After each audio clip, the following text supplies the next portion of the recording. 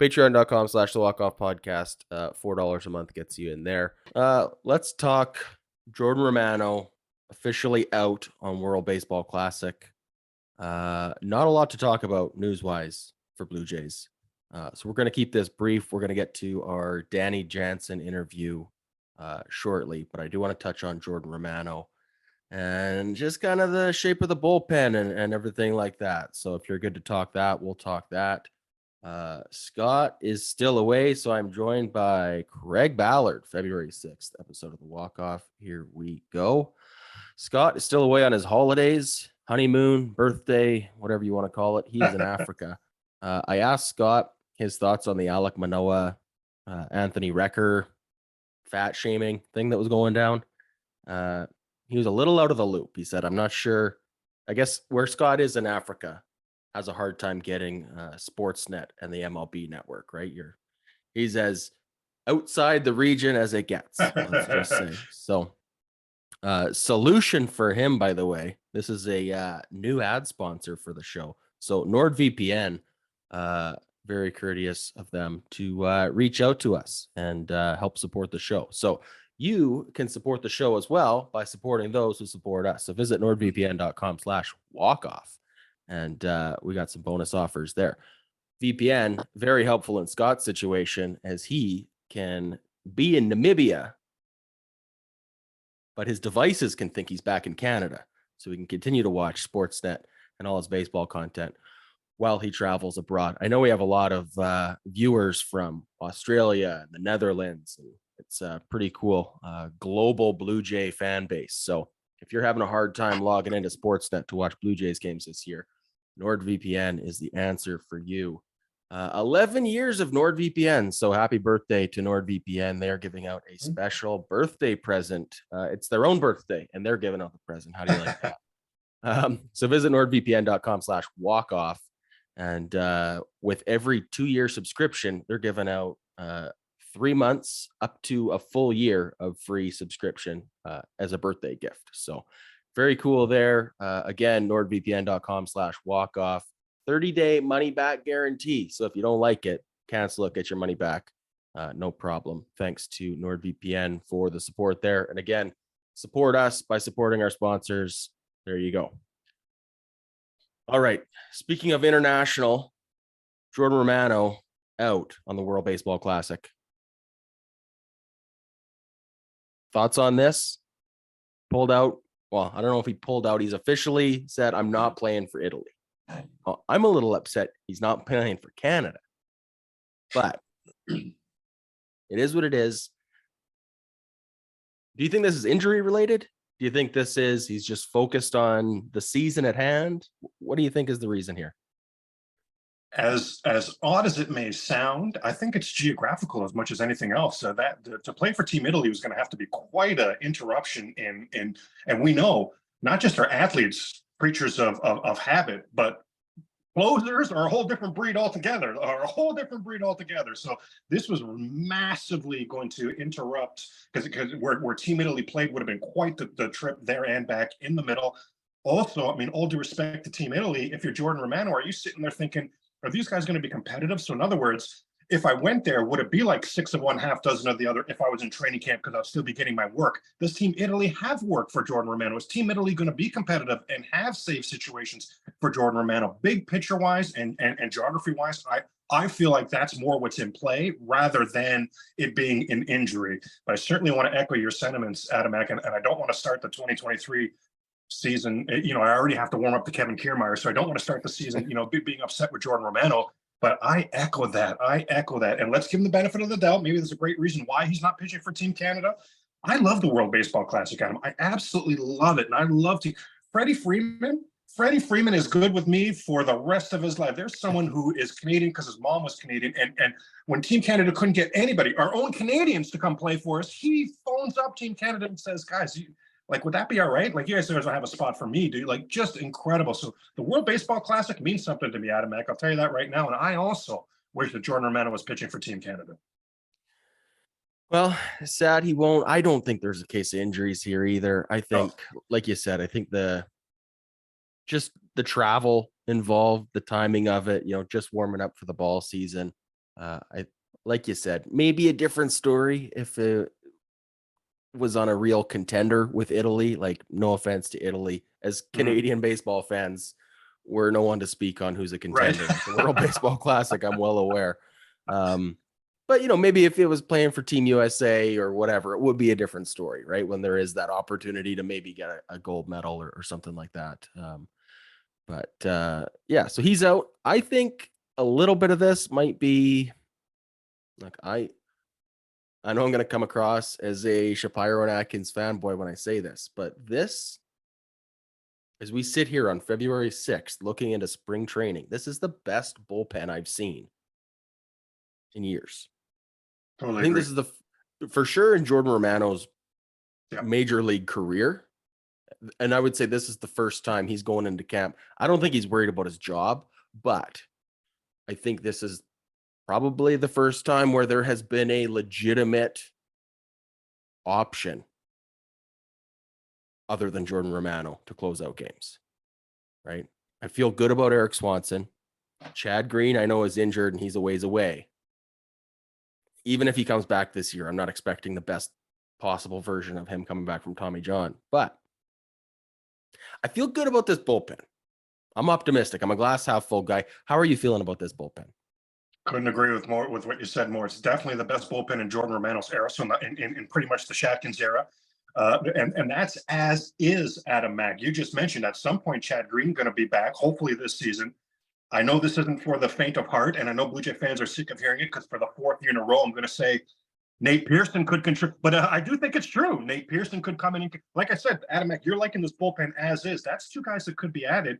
And I'm such a Zulueta fan, man. Like I know Oh, we all want Ricky Tiedemann to get up to the big league level, but Zulueta's stuff to me, he's starting to flirt and mix in a curveball now these days too. Man, I want Zulueta to be a big time contributor on the big league level.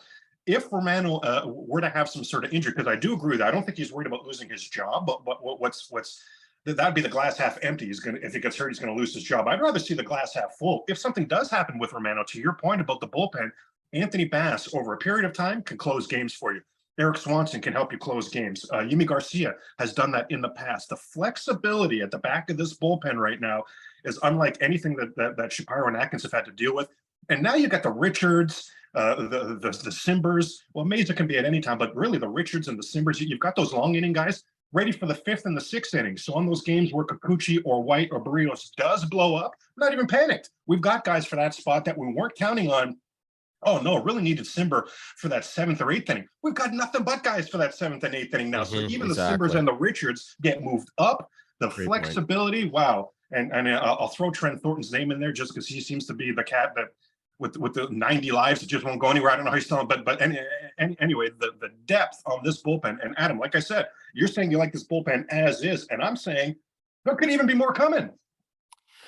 Yeah, I was listening to Blair and Barker last night. This is their podcast from Thursday, and they were talking about the shape of this bullpen.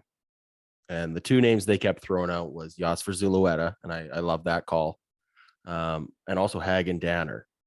Okay. Friend of the show, Hagen Danner. This Yeah. is a converted catcher. This is a guy who throws high 90s consistently and touches triple digits on the radar gun. Last year, injury plague season, didn't get a lot of work in. He's coming into this spring healthy. I'm very optimistic that there is another high-end bullpen arm in this organization right now. I Yep. think we have a few lottery tickets in AAA, and again, that's a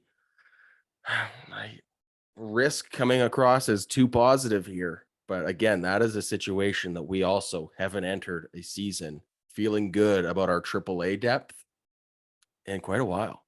Yeah. So I won't even get you to do this, Adam Mac, because we don't know what sort of our viewers watching this on a full stump. Like we don't know because this is vomit inducing. But at some point when it is safe for you to do so, simply go back a year from now. Jump on the old Google machine and go back a year from now and take a look at what the Toronto Blue Jay bullpen looked like 1 year ago from right now. And now look at are you kidding? And it's a tough scene, Adam, for the fire Chatkins crowd. Let's put it that way.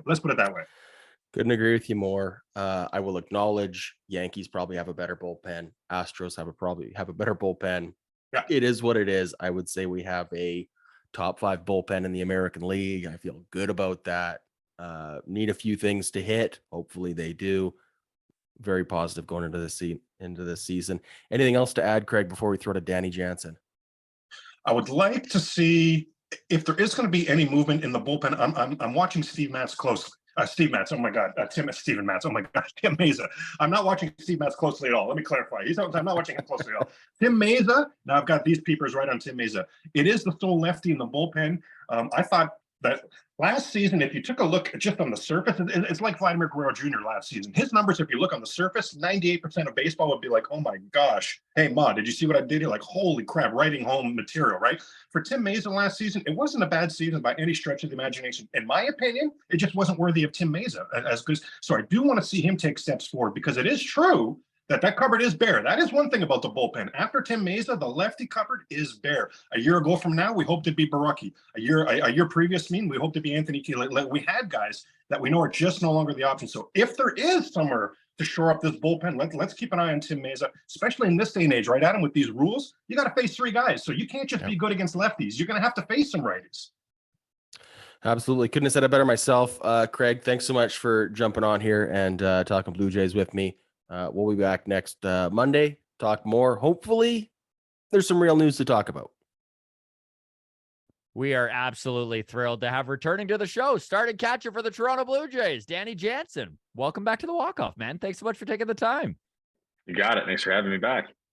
Hey, we are so pumped to talk some baseball with you. To start with, how's your offseason been? I know you've just brought up the 2.5-month-old son there. You're getting some dadding time in, eh? Yeah, it's been amazing. I mean, that's obviously the highlight, no doubt. Name's Miles. He's awesome, and I couldn't be more excited for the season. And I know it's winding down. It's got about a month or a little less until we're getting going. So it's been a good off season. It's been a busy one, but I'm excited. Both you and Miles are away from baseball activities right now. Yeah, exactly. Yeah, he's not doing anything yet, but we'll get him tossing soon. Get him throwing. Get that arm stretched out. Are you going to raise him to be a lefty, or are you going to force him to be a lefty? I don't know about forcing. Obviously, it's too early to tell what he's doing, but he's always just hand that ball to the left hand, and you see what happens. Yeah, maybe there's a. Yeah. Well, if he's a lefty, he's not going to be a catcher then. You know what I mean? So that's right. That's a great point. Yeah, we'll see how it goes. Fair enough. So let's start with, last season. Let's start there, right? You had a bit of a breakout season when it comes to the offense side of things, but I kind of want to zoom in a little on a particular time here and pick your brain on what happened between August 20th and August 25th, because you had kind of a rough day at the plate against Garrett Cole. I think it was August 20th. Then you had like 4 days off, and you came back and literally had one of the best final months in all of baseball. I mean, honestly, Danny, had Bo Bichette not been a teammate, I think that everyone would have been talking about it a lot more. Of course, Bo had like the best September in all of baseball. Did you change something? Like, was it a swing approach that you changed, or a philosophical? What happened there? Probably philosophical mostly. Obviously, baseball is, between the years, a lot of it. So yeah, I mean, there's a time like you said, that stretch there where I wasn't in the lineup and stuff, and you know what? I mean, I'm ready for when my name's called. So there's, obviously I've never been afraid to tweak things offensively. I've had this roller coaster of a career so far. I feel like where I'm just finding myself, and it's taken me some time for sure through struggle, but I've always looked at struggle as, a way to improve. Right. So yeah, I think that, philosophical approach where it's like, all right, I'm in there again. And it's like, here we go. Almost like, screw it. Right. Like I'm going to compete. I've always competed, but I tweaked something a little bit the last end of the year with my front foot. Now, like I said, I've never been afraid to tweak some things, but this one was real small for me, and it was just able to keep my hips from flying open was something that was big for me. So I was able to handle some other pitches and not just like the fastball, really, So, so there's definitely some mechanical things, but yeah, I got in there, and it's like, here we go.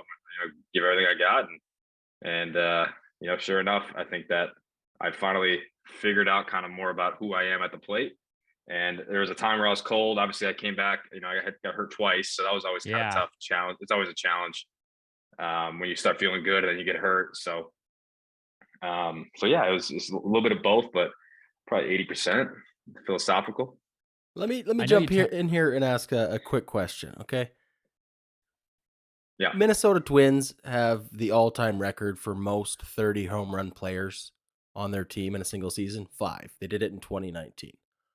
I'm looking at this Blue Jays lineup, and I see some mashers in this lineup. So I think there's 6 on this roster. I'm going to give you a list of names. You just say yes or no. 30 home runs from this guy in 2023. Okay, real easy game here. We're going to start with George Springer, the leadoff man. Can he do 30 this year? Yes. That's an easy yes, right? Bo Bichette? Yep. Easy yes. Vladdy? Give it. You'll give him the nod. I don't know. Yeah, of course. All right. Dalton Varsho, the new guy. Yeah. Matt Chapman. 27?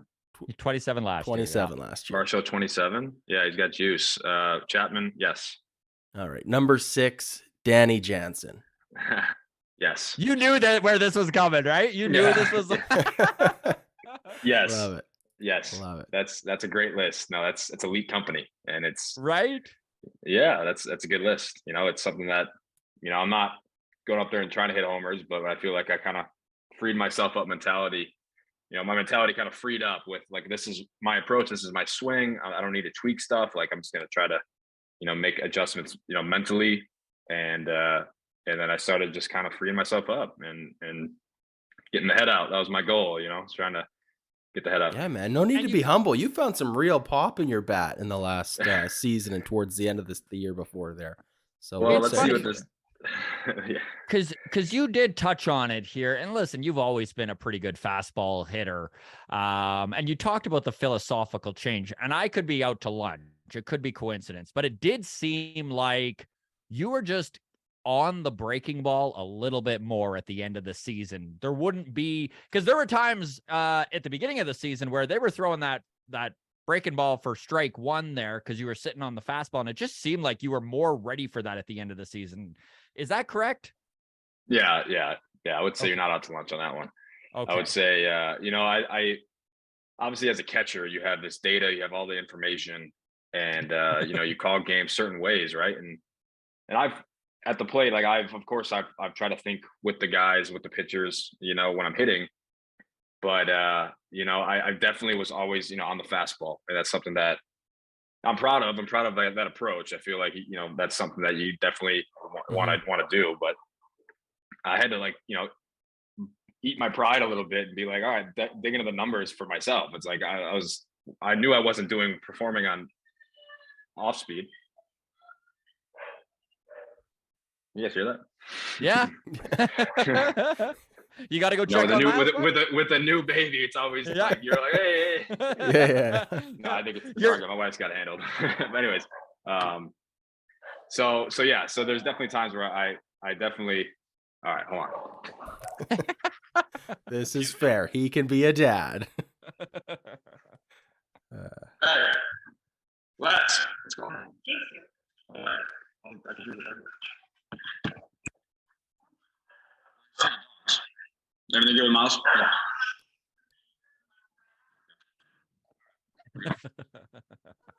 Yeah. If it makes you feel any better, Danny, we had Robert DiBernardo on Tuesday, and Adam's dog started barking midway through the interview, and we got to watch him do the exact same thing. So yeah. 2 dogs and a baby. The house is moving. So so I swallowed my pride. It's like, all right, well, I'm doing damage on fastballs, and I know that I'm going to get other stuff because I'm not succeeding on other pitches, right? So then, I was definitely still trying to stay on the heater, but I was definitely, making some adjustments with what I'm looking for at the plate later in the year for sure. And having, obviously with confidence, you can do that easier, when you have confidence and you're feeling good at the plate. But once I figured out that, hey, like, it's not really, my swing that's the issue. It's just like it's getting out of my own way. I feel like I'm able to make that adjustment and sit on stuff, much smoother. The brain's such a funny thing with that. Like just the idea that confidence really can just change you as a complete person and the way you approach whatever you're going after. It's such an Yeah, incredible, yeah. this game, man, this game is just, Yeah. obviously it's a game of failure, right? But I've always thought too, being a catcher, you can help the team win by going 0 for 4. That's always in the back of my mind too, right? That's Mhm. always a thing. So obviously, I want to produce offensively as well, and I started to, do that more. But that's the beauty of being a catcher as well. Obviously, when it comes to sports, everyone's aware of the business of it, right? And you try not to take things personally and all of that. But despite that, the truth is, man, the speculation around the catching position in Toronto over the last 6 months has been, I'm sure, tough to ignore, even though you stay focused and, you and Kirky and I'm sure Moreno were all just trying to stay in your lane and focus on your development and the team and stuff. There was a lot of talk. What do you do to try and stay on track while stuff like that, the surrounding things are coming at you? Yeah, it's I've actually removed Twitter a couple years ago, and that was something that I just felt like, I don't want to really necessarily be on it because there's always stuff, about, it could be just how you perform that night or stuff that, I didn't need. So, and then, a time like this where there's always, talks and trade talks and things like that. So yeah, I did just try to stay level headed and in my own lane. And of course there's people like, who you hear about it from, like just, friends or whatever it may be. Yeah. Right. So it's there, but it's something that you really can't control. So I'm not going to try to, really sweat it if I can't control it. Right. Just kind of control what I can control. So just continue to be the best dad I could be, and Yeah. try to get my body and everything in shape, and then obviously there's a move that happened. And you do have new teammates this year. It is a very different looking Blue Jays squad as you head into 2023. How are you feeling about the moves? Obviously, it's tough to see old friends leave, but a lot Yeah. of pretty major talent coming back your way. I know Dalton Varsho mentioned that you reached out to him. Have you talked to all the new additions? Basically, yes. Yeah. I like to reach out to them and just say what's up and welcome to the squad. So, yeah, man, it's always, it's a business, right? And you got friends. I played with Teo and Gurriel for a long time in the minor leagues and in the big leagues Yeah. for my whole career. So wish them nothing but the best. They're great dudes, great ball players, and then you welcome the guys in, and obviously it's always a revolving door with that kind of stuff. So so excited about it. Varsho, yeah, he's another Wisconsinite because I grew up in Wisconsin. Yeah. Played against each other, I believe, twice in high school, even back in the day. So so that's going to be great. And playing against Kiermaier, just knowing what he can do. Chris Bassett, another guy who has a bunch of different pitches, and he's a bulldog on the mound. So excited to work with him. Swanson. Yeah. Don't think I faced him last year, but I know what he's capable of. He's obviously good at what he does, and I hear nothing but great things about him. So yeah, it's an exciting time. I'm looking forward to it. When you have an outfield, obviously defense has improved. Nothing against the 2022 team. It just looks defensively pretty darn sound in that outfield.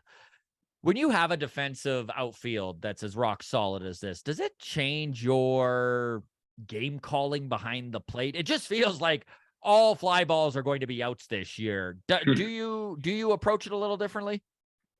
Not necessarily. I've Yeah. always felt and had the confidence in the guys in the outfield years prior. So if they're, it's not like it's going to be something where, or is ever a time where you hold your breath when something's in the outfield, right? But and it's always good to improve defense and to have guys that can do it out there.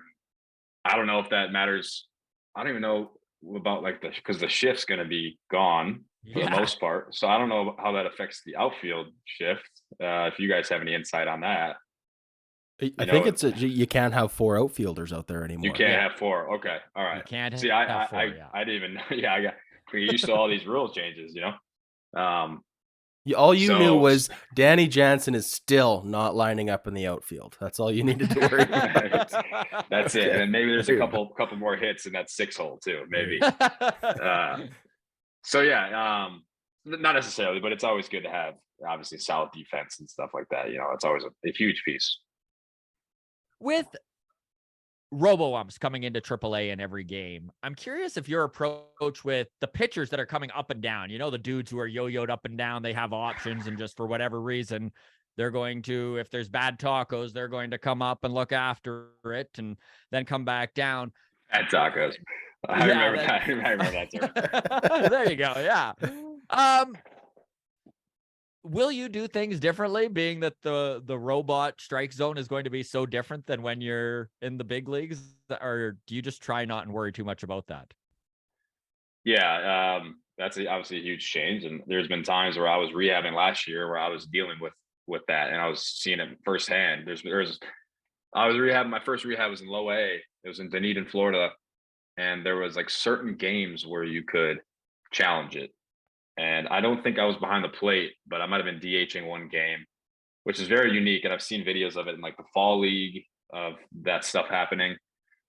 So it's very interesting. I mean, I'm a huge advocate of I mean, I like kind of how it is now, what I'm saying, but because I think the receiving aspect of it is obviously a huge part of the game, part of I don't want to cut you off different. here. I don't want to cut you off here, but let's talk about that for a second. Will robo-umps make framing irrelevant? Like, I would assume so. Yeah. Okay. Wow. That is so wild, because it's such a major part of catching now. Yeah, I would assume it would, because you're taking away. I mean, it's really about if it hits the box. So you see games on TV, you watch games on TV, and you see it clip the box, and I believe that would be a strike, right? Or even like maybe sometimes might even be like a huge Kershaw curveball where it clips hits the plate maybe, and you know what I mean? So yeah. So unique, and if they do it, like I'm sure they would figure some more stuff out about it before it's in the big league level.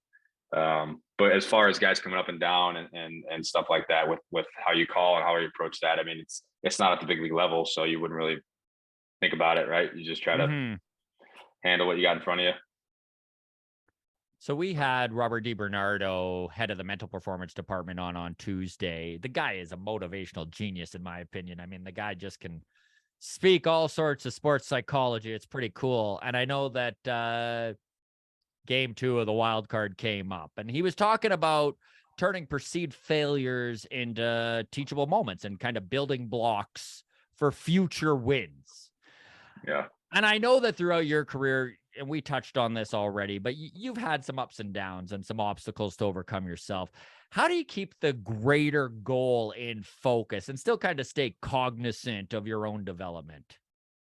Yeah, it's a great question.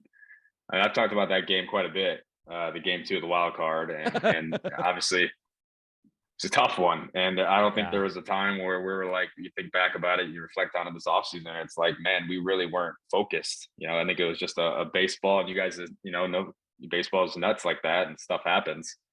So yeah, it's something where definitely, a teachable moment where maybe just mentally with the roller coaster of the game, and we know that, but it was a tough one. But hey, you're gonna build off it. It's not obviously we want to force the issue of game 3 and continue on and all that. So it's something that keeps us hungry and keeps us motivated to bring it back to Toronto again. That was a great experience of being there, first of all, of having the fans and always stuff that we heard about when we heard about how you could barely hear each other speak when you're right next to each other because it's so loud in there. But at the end of the day, it's all about winning. So you're going to keep, as myself, I'm going to keep developing, keep doing everything I can for myself, but it's going to translate to the team. It's going to be receiving, so I can get my guys more pitches. It's going to be game calling. It's going to be, I always think that, the moment I think I have it all figured out, I'm going to get kicked out of the game. So I never want that to be the case. It's always going to be learning and then developing. But at the end of the day, it's about winning. It's about helping the team win any way you can. On a more positive note, who's the funniest dude in the Blue Jays clubhouse? Is there a guy who has everyone laughing? The funniest guy, I think somebody that would maybe go under the radar for this, but like Tim Meza is a guy that and I've known Tim since we both signed together in 2013. I came up with him, and he's the best guy, and he's always got jokes. He's got these dad jokes now, and he's one that comes to mind for sure. Trent Thornton, another one.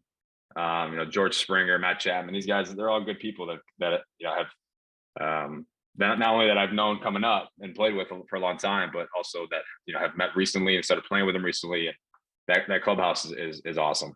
Hold on. Who's You're telling me Matt Chapman has a sense of humor? Oh yeah, he's got a great one. Yeah. Oh. You think not? Oh, we just never see it. He's just so like stone-faced and Stoic. serious in the Yeah. best way possible. in the best way? Yeah. Yes. Yeah, and obviously he's a competitor. He's locked in. But he's a riot. He's funny. We never I get to love see to hear that. Did he open up more as the season went on in the clubhouse? Did you start to see his personality shine through a bit more? I would think so. I would think anybody Yeah. that comes to a new team, you definitely want to find your bearings and meet the Yeah. guys more, and you get more and more comfortable as the long season goes on. So yeah, maybe a little bit and stuff. Maybe yeah. So maybe the first half and then second half. But I mean, he's a rock side guy. I can never say anything bad about him. He's a team leader, he's a competitor. He's obviously very, very talented, and it's a good time. How about the biggest ball buster in the room? Is there someone if someone's going to get razzed, there's someone who's ready to give that zinger? No, I don't know. I think that as much fun as this team has, we hold each other accountable as well. Yeah. And there's times which I think you need for sure. And that's something that's very important.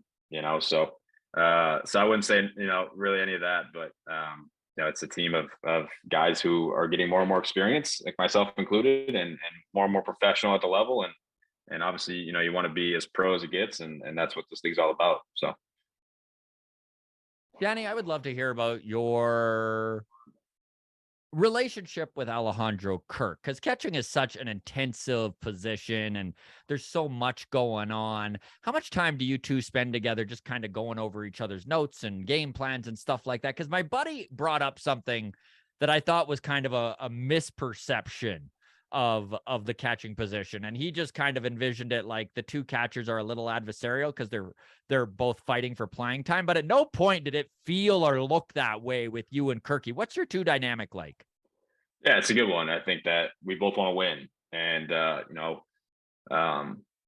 obviously you want to be behind the plate, but what's most important is really winning. So yeah, we're talking to each other. We have obviously scouting report meetings, and we're taking notes, and we're doing everything because winning is the most important thing. It's always great when we're both our names are called and we're both in there and all that. So no, I can't say enough good things about him. He's worked really hard, and he's a very talented player. He's a talented hitter, and the strides that he's made behind the plate too have been huge. So good. It was interesting last year. Really, you both were in the lineup almost every game when you were available. Like, it pretty much took bad tacos to take any of you out of the game. So yeah, and hopefully no more bad tacos. That's right. Okay, so you see pitchers up close and personal.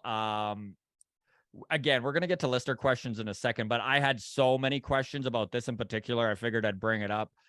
I could honestly watch highlights of Gausman's splitter all day, and I know that there's a lot within the fan base who could. So the question is, how nasty is that pitch to catch? Nasty. Yeah, nasty. It's Yeah. But he's good enough where he's got a feel of it, right? Like I've caught splitters that, hey, it's sitting in the middle and this thing might be in the dirt. It might be knuckling. And there's splitters are unique because they're different. It's not like, which all pitches kind of are, but it's not like splitters all do the same thing, and if Gauze is, it's the reason why I think it's so good is his control of it. It's honestly, if 3-2 bases loaded, he might he might do a splitter, and that's just how much confidence he has in it. But it's such a good pitch. It's got late bite. Obviously it's something where the first time catching it, it's like, all right, getting used to it a little bit, because I want to be able to block it and receive it at the same time, because it's one of those pitches where it's just got late bite, so you got to kind of stay on your toes. But I have a lot of confidence with him to pretty much kind of put it for the most part where he wants to. I mean, Danny, you've been playing pro ball for years now. Can you look back on that career? How many times with a guy with a splitter are you calling the splitter 3-2? I don't know, man. It's unique. So Gausman's a bit of a unicorn with that then, eh? Yeah, I think a changeup's one thing where it's more easier to control in a way, but the splitter moves more, and it's something that it's just he's got a lot of confidence in it. He can throw it for a strike. He can throw it, strike the ball. So it's one of those things too. Where like a guy like Rue too. Like Rue, he he definitely would feel comfortable throwing a 3-2 changeup because he's got impeccable feel with it, and that's definitely a feel pitch changeup. And the splitter in some cases too. But I'm telling you, some cases where it's been like this thing's going to be 92, it's going to bite like with other guys, and it's going to do kind of whatever it is. And so his is a little bit different, but it's a great pitch. Speaking of pitchers that are maybe a little more tricky to receive, what's it like catching for Adam Simber and that trajectory on the upward angle as opposed to a more conventional arm? Yeah, it's unique for sure. It's something where I think his sinker, because he throws it down and he throws it from a down slot and then it's moving down. It's something that you got to anticipate and be ready for. And there's definitely stuff that I want to work on personally with the low ball and stuff, and it's really going to benefit with a guy like him who's trying to throw that ball down. But then he also has the upshoot and the slider as well. He kind of throws it up and down. So it's unique, and it took a little bit of time with him, but it's fun to catch. I always wonder that because it would be so difficult to see the ball coming in with his arm slot in the batter's box, and of course it would be a little tricky to get used to as a catcher too. Like, yeah, that's why he's so effective, right? It's always it's tough to catch. It's got to be tough to hit. You know what I mean? So Danny, we have a pile of listener questions. We're probably not going to get them all, so we'll switch to that after this next question. We'll end on this. If you were to give some advice to young catchers coming up in the game, what would you tell them? Yeah, that's a good one. I mean, the position is so. I believe one of the most important things about a catcher is being prepared. And obviously, at a major league level, you have more information and it's maybe different preparation. But I would think that just developing a routine, whether it be something before the game or something you kind of you learn along the way, it might change. But like for me, I go to the bullpen early and I'm stretching and I'm taking my time early to kind of relax, and then I'll do my catching routine where it's receiving stuff, whatever drill you might like to kind of get you locked in, and then it's some blocking things, and it's something I do every single day. And it's such a long season. Obviously, it's longer for us than for youth kids, but it's a very important job, and I think that the more you're prepared, the easier it is to go out there and compete behind the plate for sure. So we are well aware that you have no obligation to come on a small time podcast like this, but we are so appreciative of your time, man. And thank you so very much. I'll toss over to Adam here and we'll get to listener questions. Yeah, it's always a treat. Thanks for having me again. All right. First one comes in from Australia, Phil. So he's been a long time Blue Jays fan. I think he's from Canada, lives in Australia now. Anyways, he says, Danny, tell your dad, Steve, that I'm heading back over to Toronto in April to catch the White Sox series for my birthday. I'm hoping he and I can meet up for another round of beers. He says your dad is a great bloke and a proud dad. So there you go. Well, thank you. Yeah, if anyone's met my dad, my dad is an extremely friendly guy, and he loves the game of baseball, and he loves making relationships with anybody he might meet. So that's great to hear that, and I'm sure he'd love it. There you go. Awesome. Okay, next one comes in from Bradley, who's wondering, hey, Danny, love to see you on the walk-off again. Last year, Scott and Adam did a fun little home run versus saves race between Vladdy and Romano. Romano won the race, 36 saves to Vladdy's 32 home runs. He wants to know, who do you think wins that race this year? More Romano saves or Vladdy home runs? It's a tough one. That is, I've never thought about that. That's great. Obviously, these guys are both elite at what they do. We want to see. How about we just say a tie at like 50? How about that? Hey, all right. I like that. All right. Okay. That works. Mark it down. Mark it down. Okay. Next one comes in from Ian. Says, with there now clearly only two main catchers in the mix, of course, the wild card being Varsho, not included there. Is it easier to anticipate a more regular routine coming in terms of workload? And do you think it'll be a personal catcher and pitcher assignment, or more of just a rotational workload, maybe affected by days off and night day followed by day game? Yeah, that's a good one. It's always something because I feel like I've kind of been in this unique position with kind of like the time sharing and getting in there and having a day or two. So uh, it'd be great if obviously we're both in there, DH catching or whatever it may be, and doing things. As far as the personal catcher, I think that it's Manoah and Kirky are probably the ones for sure. That's there is going to be a personal. It's been like that for the last 2 years. And yeah, it's always something though where I've really just whenever my name's called, I'm ready. So it's anticipating any day. Always anticipating to be in the lineup, and then when I am in the lineup, then I'm ready to go and prepared. So that's never going to change. Awesome. Okay, next one comes in from Dan. Wants to know, with all the new players that have been brought in, is there anyone in particular you look forward to hitting in front of or behind this year? Interesting. Well, first of all, I feel like that 9-hole spot for me last year was pretty good, hitting in front of George. But Yeah, that worked out good. No, it's something where it doesn't really bother me where I am. I just being in there and helping the team any way I can. So yeah, let's just go ahead and say Varsho being behind two Wisconsinites going back to back, and I love that. seeing what we got. All right. Speaking of Wisconsinite, this question came in. Makes no sense to me. Maybe it'll make sense to you.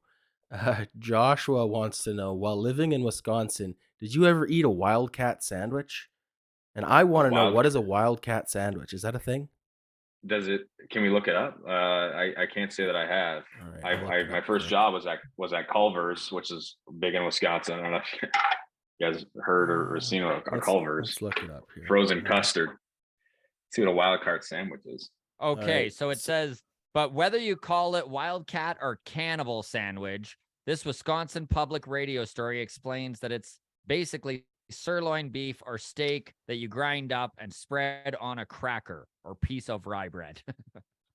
I can't say that, but no raw meat crackers for you? Oh, it's raw meat. Yeah. Yeah, it's raw, right? Usually raw, yeah.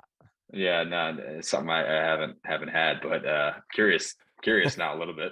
All right, there you go. Next time you go back to Wisconsin, bring Dalton with you, and you guys can have some raw meat snacks.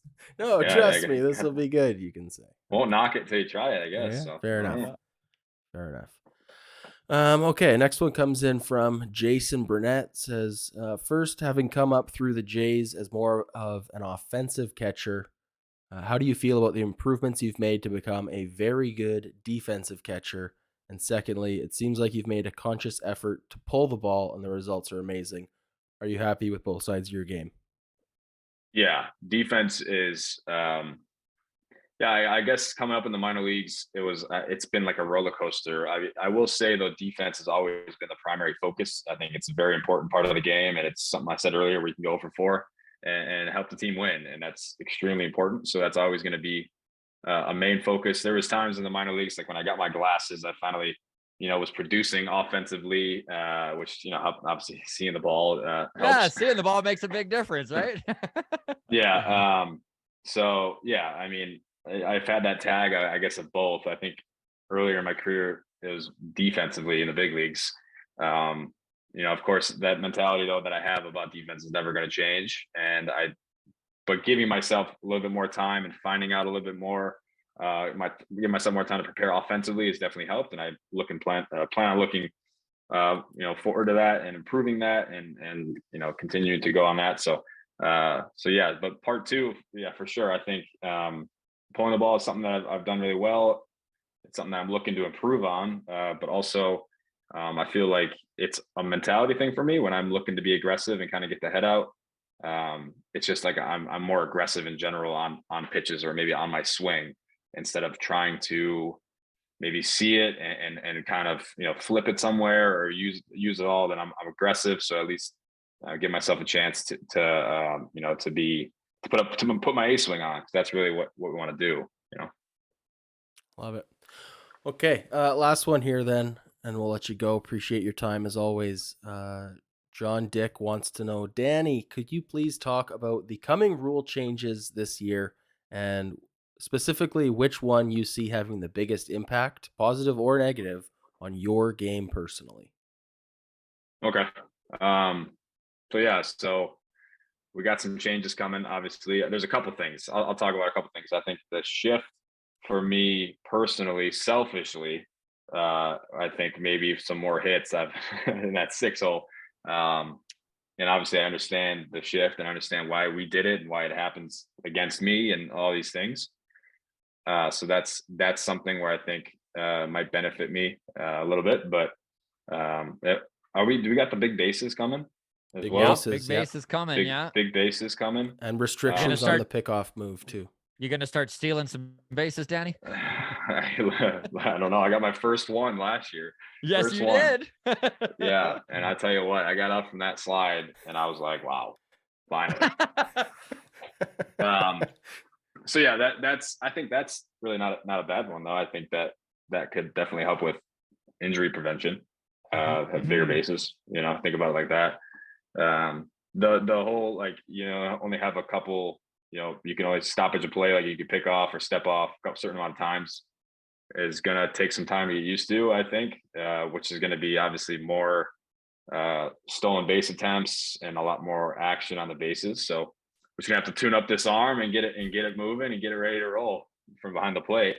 And then the last thing I was gonna touch on was the clock, right? And I think that one, the fact that we have the pitch comm is huge for the clock. Now I gotta understand more about when the clock's going to start, but if it was a clock with fingers, it would be a lot more challenging, especially with guys on base. You're doing multiple signs and you have to be on the exact page because you have a certain amount of time. But now we have a pitch comm, I have to figure out exactly when it starts, because you're able to press the buttons and they can hear it, walking around the mound.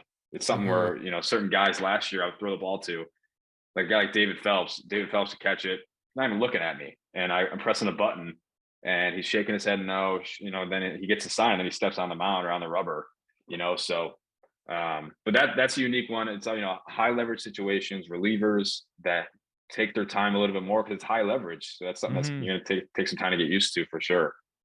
So that's a big one. It'll be more just of an adjustment though, eh? Like it shouldn't be a mega obstacle or what? Yeah, I think it's adjustment for sure. I mean, what are you going to do, right? You just Yeah, you're exactly. gonna have to adjust. And Yeah. same thing with the pitch comm last year. You adjust to that. At first, I didn't really love it just because I feel a little bit old school. It's like it's always nice to have these different sequences and all that, but then you start doing the pitch comm and you get the feedback from the pitchers and next thing you know, I'm liking it a lot too, and you can get creative with it. So it's something you just adapt and you move on and you compete and go for the end goal, baby. Was there ever a pitch comm malfunction where you had to just go back to old school? A couple times, and certain guys didn't. Yeah. Well, yeah. I think the biggest issue was sometimes the pitchers. I wouldn't say that. There's maybe a couple times where they didn't have it in, or they forget to have it. But yeah, right. So you have like Vladdy come over and give it, but most times like they'll all have it and you can't hear anything, and then it's stoppage of play, and then they're probably frustrated, and it's like, all right, and then umpire is probably frustrated, so then so it'd be like Vladdy would always be the one that would just run over there and give him his, Yeah. But as far as, good thing is, I don't think I got crossed up last year, for the most part, which is always a nice part of the game, not getting crossed up.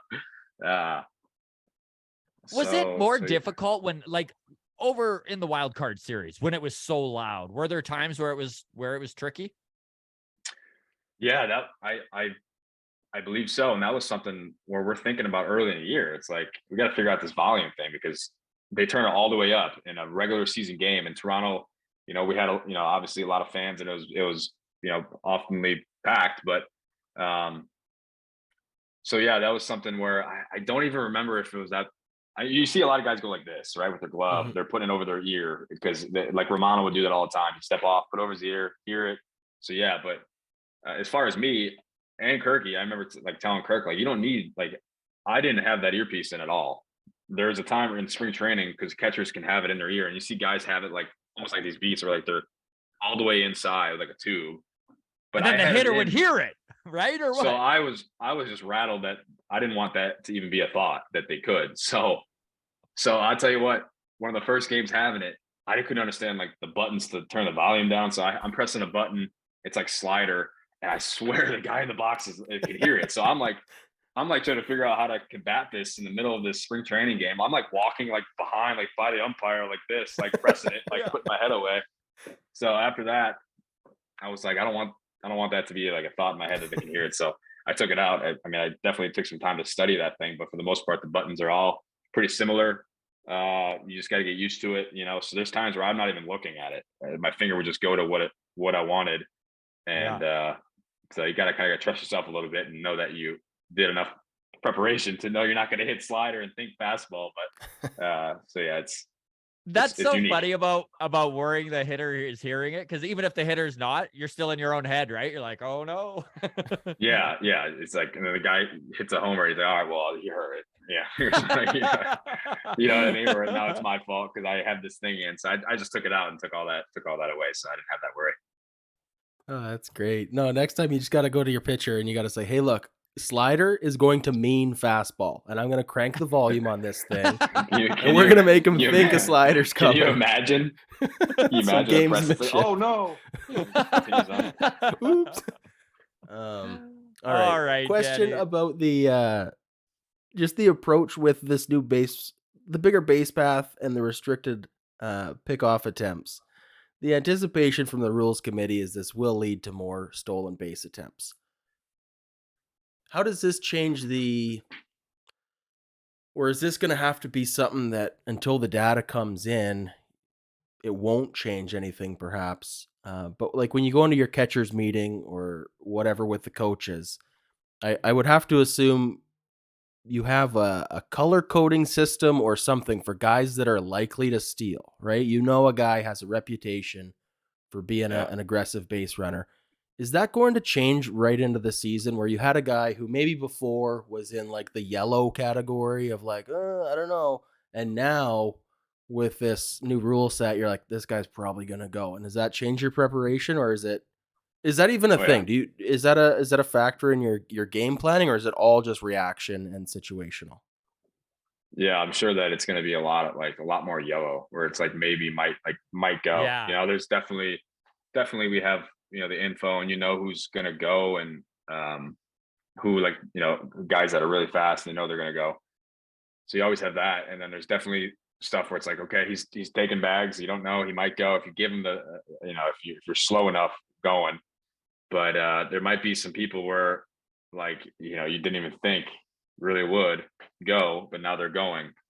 So interesting to see how it works out. I mean, it's all going to be the, you know, adapting to it. So I don't know. It's a good point. Yeah, I mean, it's going to be interesting. I have to expect stolen base attempts at least are going to go up this year, and following that, the implementation of robo umps and alleviating some of that pressure to frame a strike is probably going to be a welcome addition to a catcher who goes, I don't have to worry about framing a strike now. I know that guy's going, and I can just work on trying to throw him out. Is that something that do you enjoy throwing down to 2, or is it a hassle?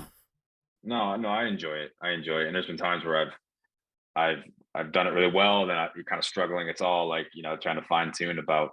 And I think with the preparation I did before the game on footwork and stuff, you know, having that routine and evolving into that routine has helped me for sure. Yeah. So yeah, I mean, I think that it's something that there's definitely going to be more stolen base attempts. And when I will say though, when a guy steals, you're not worried about the pitch. That's how it is now. Even you're not going to frame it and go, you don't have enough time, right? So as far as that point, I don't think that's really going to change. I'm sure I saw some guys last year framing, hoping that was the third out of the inning, and they weren't. Oh yeah.